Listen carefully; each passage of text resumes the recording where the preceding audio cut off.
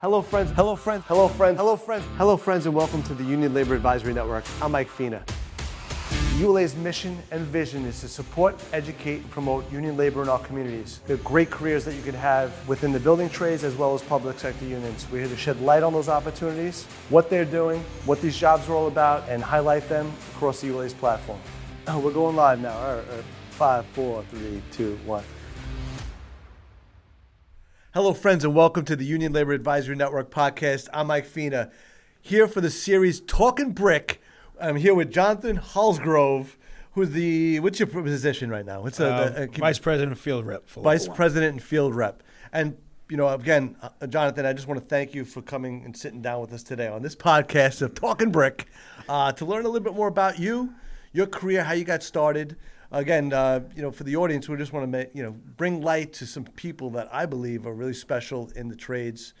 Somebody that you're a mentor to me, and again, like I've told Tony LaCava before in a previous podcast, I would not be here if it wasn't for you or people like you that have gotten us to where we are today with ULA Network, the podcast that we have, and now Talking Brick.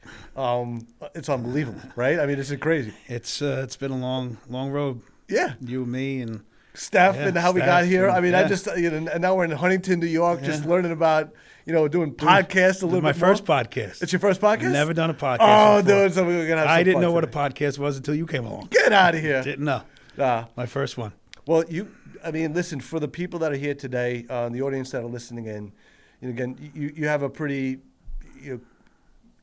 interesting career path at how you actually got to where you are today. Yeah. For the audience, maybe you could just shed light, where you how you got started. I mean, what you studied in college, and and how you got here. It's I'll give you the short version of it. Come on, we got some time. The long version is way too long. I'm going to bring it out. I'm bringing some stuff out. I know.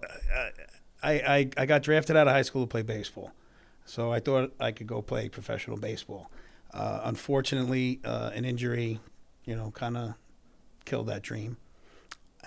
So I went back to college, tried to reinvent myself. I thought I was going to be a New York City police officer. So I went to college. I got a associate's degree in criminal justice. Unfortunately, I was accidentally shot while I was going through the process to becoming a police officer. So the NYPD, they frowned upon getting shot before you became a cop. So that kind of killed that career. I did become a local 66 laborer for a couple of years out on Long Island. And after that, I decided that I was going to go, after I got shot and I recovered from it, I had an opportunity to go back to college. I went back to college for marketing and tried to work in an office. I had a little cubicle. I did not like the setting. It's too small for you? The box in the cube was just too small for Jonathan? Just the people, I just didn't like that setting, and I had to, go a different way. Fortunately for me, I had friends in the business, friends that were in Local 1, family that were in Local 1, so I kind of knew what the business was all about. And the super of a company that I was friendly with offered me a job. He goes, we'll sponsor you, go take a trade test, and get into Local 1. And that changed my life forever.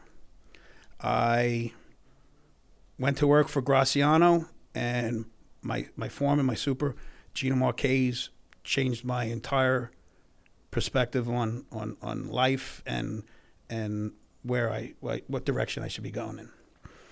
He always taught me one thing: whatever you do, whatever job it is, whether it's sweeping, cutting, pointing, whatever it is, laying brick, laying terracotta, take pride in it and make sure it's the best you can absolutely do. And I listen to those words every day in the back of my head from him. No matter what I do it the best of your ability. Leave it better than when you got it. And that's just the way I've been. Gino was more of more than a mentor. He was like a second father to me. So after 4 years of working there, the president of Local 1 at the time found out I had a background in marketing. and asked me to go work for the International Masonry Institute.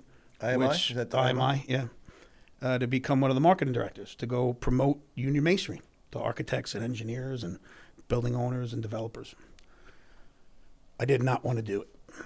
Really? It wasn't for you? Wasn't for me. You don't want to go back into a box? I figured you'd probably be moving around if you were doing that. I love the guys I worked with. They were my family. Gina was like a father to me. The hardest part of my day was getting up in the morning. The rest of it was awesome, and I didn't want to lose that. But somebody came out, gave me a visit to my house, and said, "This happens only once in a lifetime. Take this opportunity and go for it." So I did, and again, that was probably the second best decision I've ever made. Okay. It's led me to where I am right now, and not to take anything away from Joe DiMaggio, but I wake up every morning thankful for being able to represent Local 1 in this union and all the members in it. And it's one of the best jobs. You can ask anybody that knows. It's the best job in the world, representing these members. Yeah. That's it. And you took the job, I guess, in marketing with IMI. You took that particular role. I got a chance to meet you when you were more into, in the training center. So maybe take us like what happened from IMI to the training center, how that actually got started. In 2006 or 7, some scaffold accidents happened. So the commissioner of buildings at the time, Patricia Lancaster, started a scaffold task force. And they asked somebody from Local 1 to represent them. So Sid Lanzafame, who was the president at the time, told me to go and represent Local 1 on this task force. So I started to get really involved in safety training. We helped develop all of the training that's in the city right now. Pretty much all of Chapter 33 was based off of the task force work that we did back in 2008. This is all scaffold training. This is all safety. All for scaffold safety training. Safety. Okay. Pipe scaffold, suspended scaffold, all of it. So the more and more I got involved in the safety training, I started to teach the classes. I started to teach OSHA, and after my predecessor at the training center, Dennis Holloway, retired, it was just a natural transition into becoming the director of training at MTEF.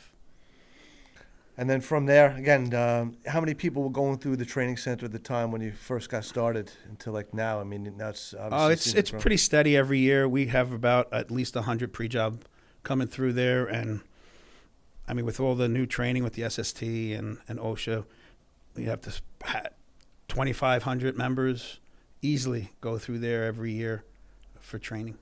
Wow. Yeah. So it's a very busy training center. It's busy every day, every night. It doesn't stop. And that training center is between both Local 7 and Local 1, right? So you have yes, our sister Local 7, is also in the building. So yeah, they are full service for Local 7 also in there, and their tile, marble, terrazzo is all pre-job, and their related training is all in the same building. Yeah.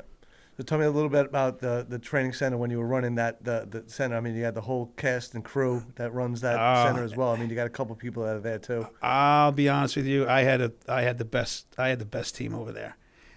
They were all great at what they do, and they were just great. They were, and they're so supportive of me now and where I'm at now. And they were great to work with. They were so professional. And they came to work every day trying to make a difference and trying to help people. So I mean, that's what we do now in leadership. I mean, we're here to help everybody have a better day, a safer day, and that's our number one commitment: is to make sure that all of our members make it home after their shift. And it all comes down to the training staff and everything that they did there, and they're so committed and so professional.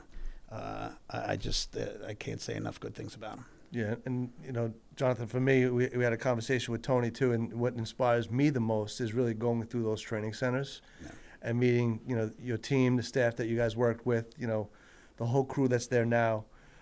It just inspires me because I could see the light and some of the members or the pre-job guys that are there today, and just doing or honing in on their craft, their skill. Yeah.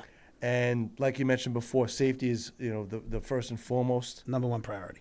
and then really just shaping your career and learning as much as you can through that training center, because you have the ability or the opportunity to take as many certifications and, stack up your qualifications. Yeah, absolutely. To make more or do more. All the certifications that we have in there, as you want to, move up in the food chain of a job site, we compare it to another tool in the tool bag. Yep. If you want to become a yawn installer, if you want to have a erect to dismantle card so you can help maneuver the scaffold, modify the scaffold. We give these opportunities to these kids, and a lot of them take it. And when you're in the training center and you're in pre-job, it used to be your pre-job or your apprenticeship was working for your father or your uncle, learning the trade. We don't have that nowadays.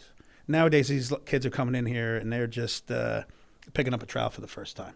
So the instructing comes a little bit different than, back 20, 30 years ago. So we have to start from scratch. And not only do they have to, help these kids learn the trade, you also have to guide them, because not a lot of these kids that are coming out know what a union is or what the labor movement meant or what still means to people today. If I asked the kid that came into pre-job, give me 2 examples of, what the labor movement has done to make your lives and your parents' lives better, they would be, I don't know, 8-hour workday, overtime, right, holidays off, right, things like that. They don't know. Yeah. And so, I think, that's where today and now in the world of social media or the world of communication and education, to really highlight those particular benefits and those values, to create that solidarity or that connection with, the training center, everything that you're doing from an education standpoint, right, to make people aware of, one, it's just not better pay that you're getting, but the overall benefits and then the values that you have, like you said, another tool in your toolbox. Right. If you have an ambitious person that really, one, enjoys the craft and then wants to, have a better life, and is dedicated, they have the access to people like yourself and the leadership team to help, guide them absolutely into a position. And absolutely. Whether it's at the training center or even at the union hall, our guys' phones are on 24/7. The phones are always on. We're always willing to listen to somebody. If somebody needs advice on what they should do on a job site or they're having a problem with somebody, that's what we're here for. We're here to help them guide them through it the right, best way possible. Right. And, that's another part of what it means to be in the leadership, is be able to answer those questions and help these guys right, through whatever issues they are having. Yeah, and like I said, Jonathan, and no bullshit. Again, you've been a mentor to me and a good friend, and helped lead me along my path and career in regards to educating or marketing what these career opportunities could really look like, right, across different trades. Again, I've had the fortune to work with Local 1, 7, 25 as the carpenters and some other groups, but really just to see what these career opportunities could be, right, and then the access that they have through the training centers. And then the overall benefits that are out there that they, can take advantage of and utilize. Well, I think nowadays, with the new generation, the millennials, and I think that it's going to be in the future. I don't know how far the future into the future is, but I see the millennials coming back and creating a new workforce in the building trades. I think they're going to start to realize that corporation work and going back to these big corporation companies, that there's not going to be room for them. I think AI is, taking over for production and for logistics and things like that. I think that they're going to start to realize that construction is going to be their focus, even coming out of high school. College is ridiculously priced at $200,000-$300,000 a year.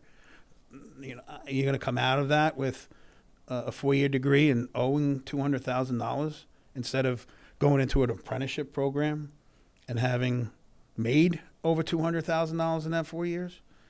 I think that they're going to start coming back around, and I think that's going to help us grow as for building trades members, I think it's going to grow. I think they're going to realize it because AI can't lay a brick, AI can't wash a window. I have a feeling that it's going to be kind of a revolution of people coming into the building trades for this next generation. I see it's like a hybrid of all that because the next generation is going to know how to utilize AI and take advantage of some of the information that's out there. Right. And then if you can, parlay that with the skill set where you can use your hands and have a skilled trade, and showcase the skills that you have, then the world's your oyster. Where you can pick up and transition and go to different locations. If you are the best in class and take advantage of those training centers, certifications to really pad your resume on what you can do. Those are opportunities. Absolutely. Incredible. Yeah. I think that everything is going to start at they all start at the training centers. Nowadays, the careers start at the training centers, and it's up to the instructors in there to mentor them and push them in the right direction and put that work ethic into them, because nowadays the work ethic is lacking, because I just don't think they know what direction they want to go in. Right. So, but the training centers is pretty much where it starts. I'd like to take a quick break to thank our sponsor, General Vision Services, for all they do to help support, educate, and promote union labor in our communities. I'd like to thank them for all their sponsorship and support of the ULA network. Thank you. I believe that wholeheartedly as well. And some of the, their mentors, not only just in the training center, but a journey person that may take that apprentice under their wing and say, this is how it gets done. Yep. And to be in a unionized position where you have a partner or somebody that's within your local that maybe can walk you through or keep you, focused or motivated. Yes. To grind through some of these particular jobs, because I could never do your profession. The cold weather is not for me. And some of the heights in some jobs, I just could never do it. Maybe I would. But I just, that's why, hats off to all the hard men, working men and women that are in the building trades. Absolutely. And even public sector professions that, they put their life on the line in certain ways, in certain areas. They get paid well. But like it goes back to, making sure that you have all the certifications and you take safety as a priority, that you can go home at the end of the night. It should be your number one priority. Yeah. Being safe on a job site every day. Yeah, and utilize the training to make sure that you're doing that, Yep, and pay attention while you're in that training. Yeah. Well, yeah, exactly. Pay attention while you're in there. Well, you see that as a trainer, right? Like again, it's a school. It is. It's hard to when you have a guy. Going back to when I first started, there's a member that's a 25, 30-year member, and I'm in there trying to teach them how to build a scaffold the right way, or the legal way. And they're telling me, that's not how we do it. That's not how we do it. We do it this way. I was like, well, that's not how the law says you have to do it now. Right. So it's hard for somebody to tell a guy that's been doing it, 25 years the wrong way. But you have to get it through to him because, it could kill, a first-year apprentice one day because he's doing it wrong. Right. And now because of the lack of skilled tradespeople, now there's like that influx, like you're saying, all the recruitment that's going on because we do have to gear up with the quality, skilled tradespeople in your craft and others. That's why I think there's such an opportunity for people, if they're aware about these careers, these opportunities, and to get into an apprenticeship. It's the golden ticket, right? Well, not to kiss up to you a little bit, but what you've been doing for us over the last year and a half has been amazing.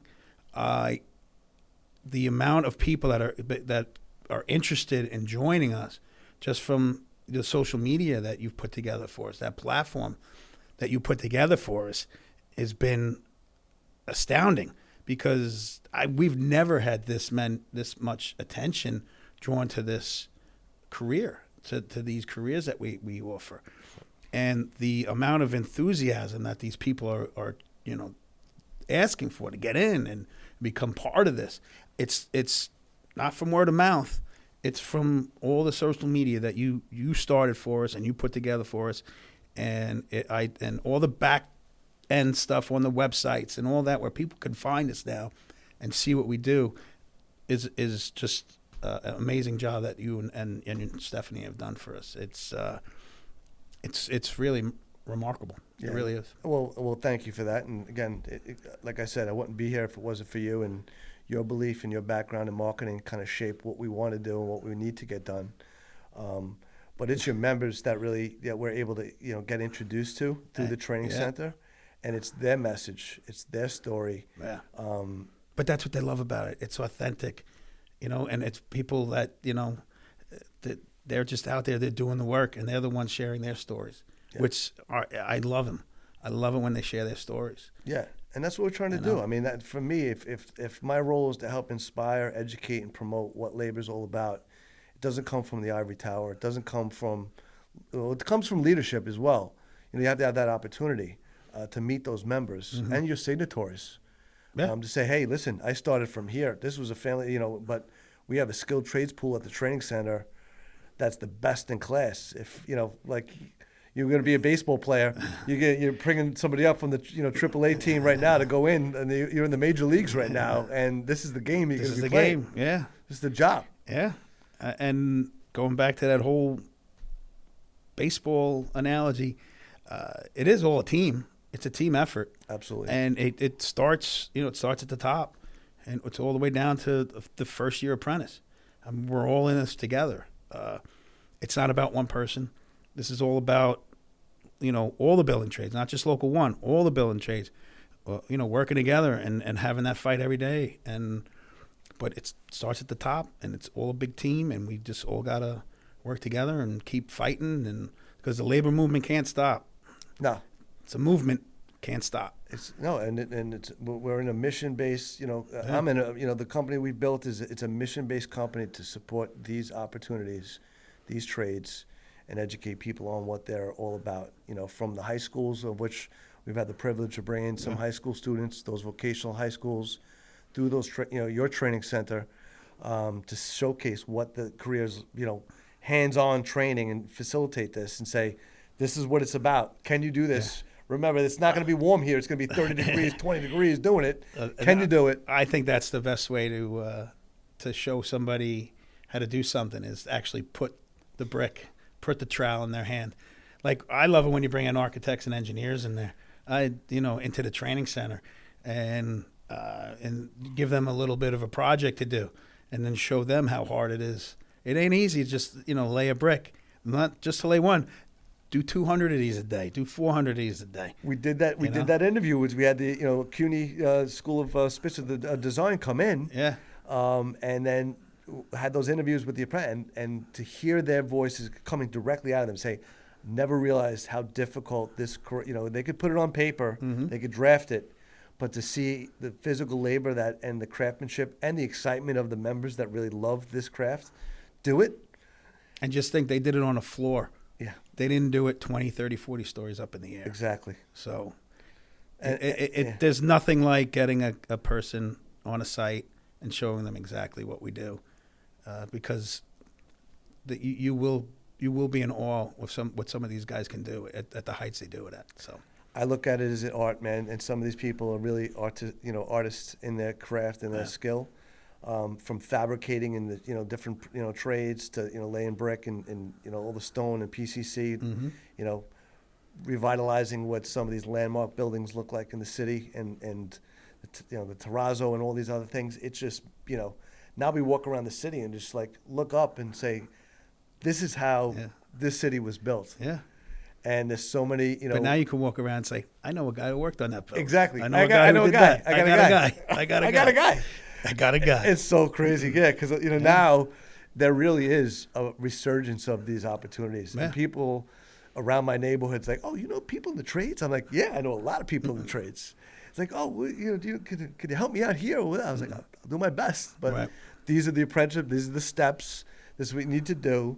And it's happened more and more frequently now over the past couple of years where I'm just starting to see it and they're coming to me. Yeah. Obviously, the media stuff that we're pushing out, but just to see that their kids are like, the college might not be for them.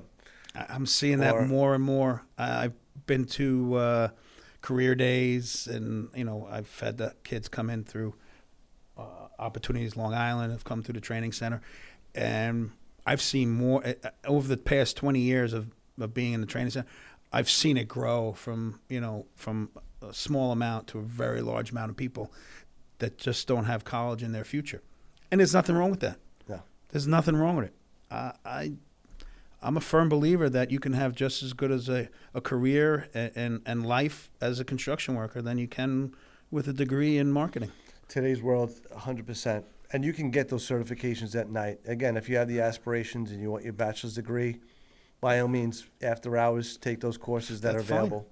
COVID Yeah. pushed all that stuff right into a whole different stratosphere of what is capable Oh yeah, of them. that COVID really did put a little push onto being able to do things online, and keeping people isolated, which I'm not a fan of. No, not So, the isolation. But yeah, I mean, there are many opportunities out there right now that people can get degrees online and take OSHA classes online.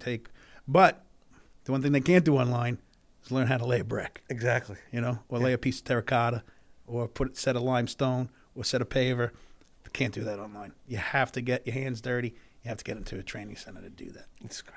It's the coolest thing. Yeah. And I feel like so fortunate because again, my world of in my past world of like finance, it's the membership. It's like, how do we drive more members to these, membership group organizations, these labor organizations, and showcase the skill, the craft, the artistry of what these opportunities could really look like. And, people that know me, like I'm like a little over the top sometimes. I got a lot of energy, but it's like, it's only because I see the opportunity for so many people that I didn't have. And now that I dropped everything in the world of finance, I know it's never leaving me. Right. But if I look macro in the world of labor, how do I play a role in supporting or promoting you and the members? It's just great. Like, I've known you, I'm going to go with pre-COVID, as Mike the Money Guy. Yeah, yeah, exactly. And then there was Mike post-COVID, who became a social media, expert, and came to me with the idea saying, this is what I want to do. And I was like, this is great. Let's do it. What do you need from me? And I'm telling you, what you've done, not just with ULA, but with our social media, has been awesome.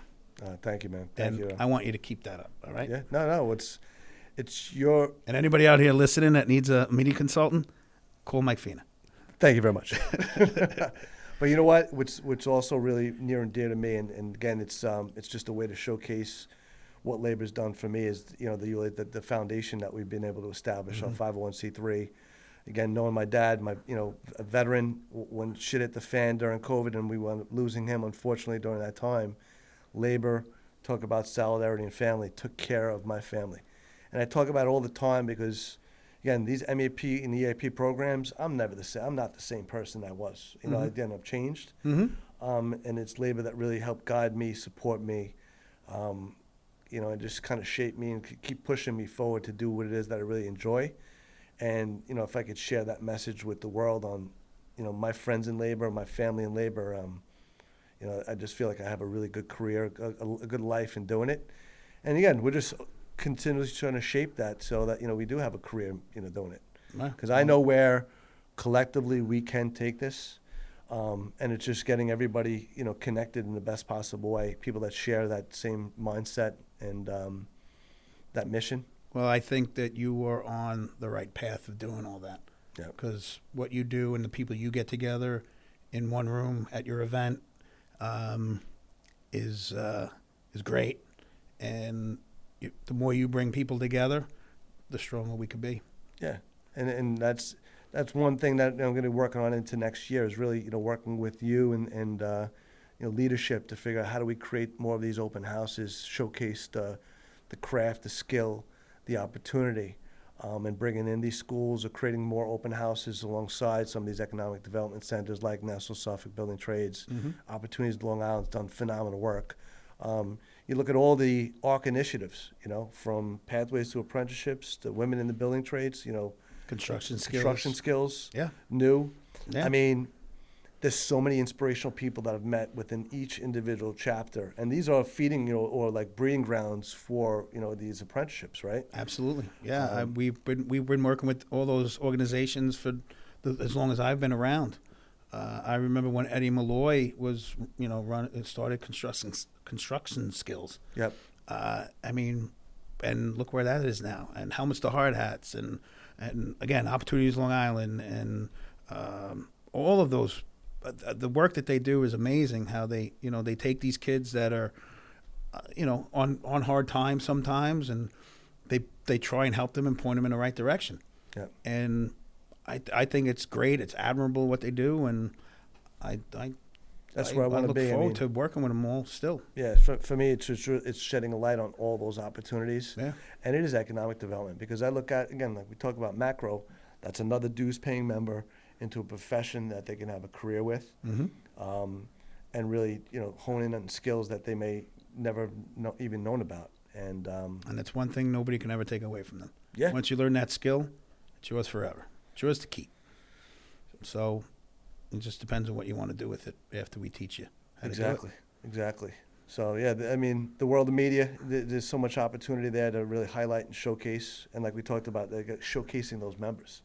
Yeah. I know sometimes I'm a pain in the ass because I'm asking for content all the time. It's like the world of like, he's always... Yeah, but the more you put it out there, the more that people see it, the more people they'll be willing to, hey, how about me? How about me? How about me? It'll be easier. It'll get easier and easier every time. Oh, yeah. So just keep it up. I'm telling you, you're going to have plenty of content. Plenty of content. Well, after this one, we're going to be chopping this thing up. Plenty of content. But, again, Jonathan, I want to thank you for everything that you've done, continuously do. My pleasure. Excited to see. You're a good man, Mike Fino. You too, brother. We'll hug it out later on. All right. Then we're going to hug it out. But, again, this is just the beginning, and we, obviously our Talking Brick podcast. I think I love it. I mean, if you like this stuff over here, we built this stuff out. It's cool. I like it. Yeah, and then keep it up. Thank you, man. And we'll get some more leadership if they want to talk. Anybody else that's like we could pull out and get their stories. Sure, we can get a lot of guys that want to talk. But the members, like I said, I mean, some really incredible members from the retirees that really showcase and share their life story, and have been mentors to the next generation. And then the new class of people that are just coming into their journeyman status, and sharing the hard times, the good times, and knowing that it's not easy, but if you could rough it through, nothing's easy. Nothing's easy.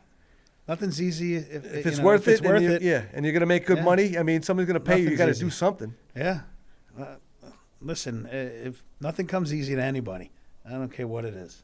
No. You always got to put work into it, and the more hard work you put into it, the easier it's going to get. Yeah. Right. Yeah. Can't be hard all the time if you're good at it. We just keep working on the skills right here. I mean, and remember one thing: when you wake up in the morning and you love what you do, you never have a job, right? It's not a job.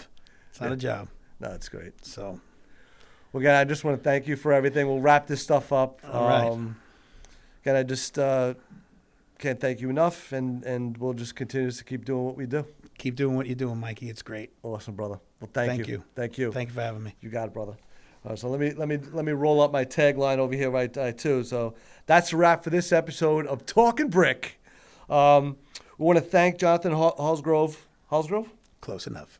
Holsgrove. There you go. Holsgrove. We want to thank Jonathan Holsgrove for sharing his story, as well as obviously the leadership and your commitment to the craft and working with BAC Local 1, Bricklayers Local 1. If you're interested in a career in the unionized construction trades, want to learn more about apprenticeship opportunities, or just to support the men and women building our city, be sure to follow, subscribe, and share this podcast.